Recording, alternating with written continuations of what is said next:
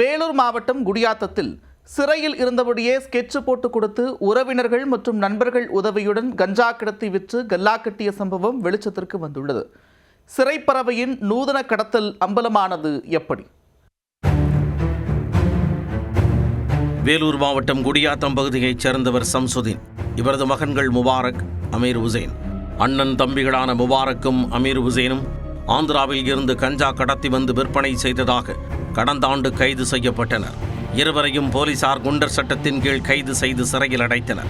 சிறைக்கு சென்ற முபாரக் சிறையில் தனது நட்பு வட்டாரத்தை விரிவுபடுத்திக் கொண்டார். சிறையில் இருந்த அனைவரும் போதைப் பொருள் விற்பதில் கைதேர்ந்த கடத்தல் மன்னர்கள் என்பது முபாரக்கிற்கு தெரிய வந்தது.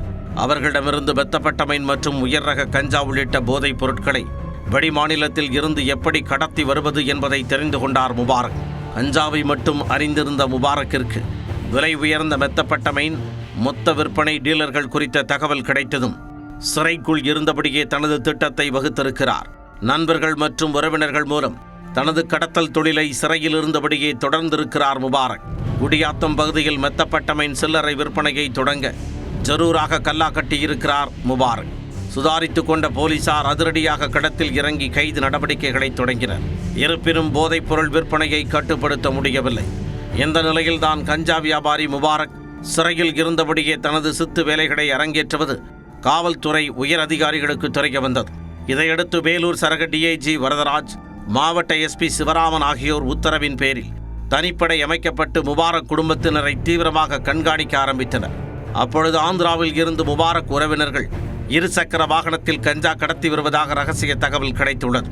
தனிப்படை போலீசார் குடியாத்தை அடுத்த லட்சுமணாபுரம் மேம்பாலம் அருகே கடத்தல் நபர்களுக்காக காத்திருந்தனர். அப்பொழுது அந்த வழியாக இருசக்கர வாகனத்தை சுற்றி வளைத்து பிடித்து தீவிரமாக சோதனை செய்த பொழுது அதில் 4 கிலோ கஞ்சா இருந்தது தெரிய வந்தது.